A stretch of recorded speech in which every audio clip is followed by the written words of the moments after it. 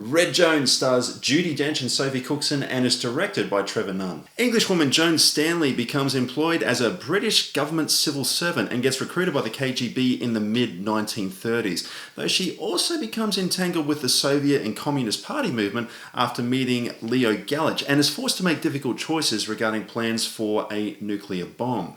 I haven't done anything wrong. Red Joan is loosely based on the real-life story of civil servant Melita Norwood, known as the Granny Spy, who successfully passed classified information about the British atomic program to the Russians in the 1940s and 50s.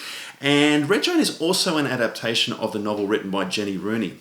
Director Trevor Nunn cast the always wonderful Judi Dench, whose magnetic presence can really make any material all that more interesting just from being there on screen. And Sophie Cookson is also a great choice as the younger Joan in the 1930s. The problem here is that it becomes quite obvious Nunn is undecided whether he wants to spend more time in the past depicting the events that happened or more time in the present exploring the ramifications of Joan's actions in the world and also the weight it's brought on her personally. Nunn awkwardly tries to do both, and neither really comes off as compelling as it should be.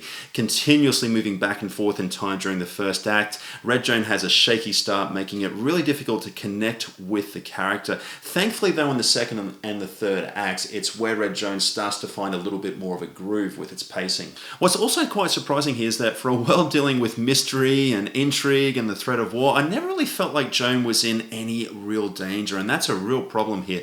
The screenplay mostly plays it pretty safe, tapping into those familiar story beats, and spends more time on its love story, which is mildly interesting given the wonderful cast here, but I would have preferred to see Nunn generating real tension with the unique situation Joan is caught up in. A guy sitting behind me in the theatre while I was watching this actually nodded off during the middle of this film, and I know that because he started snoring quite loudly for a little bit there.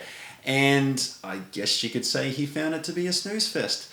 I wouldn't have gone that far, but I don't think Red Joan is as tight as it could have been. It's got a wonderful cast, and the wonderful cast really hold this film together, but I find that Red Joan is an okay watch here, more suited to Blu-ray, DVD watching, streaming services, that kind of thing. Red Joan is not as compelling as it could have been. I'm going to give Red Joan 2.5 stars. We don't have much time. Use your heart instead of your head. I have no idea how important you are.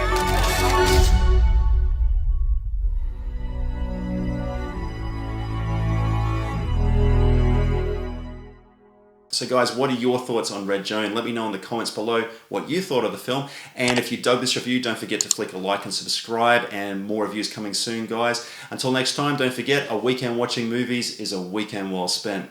Thanks heaps for watching.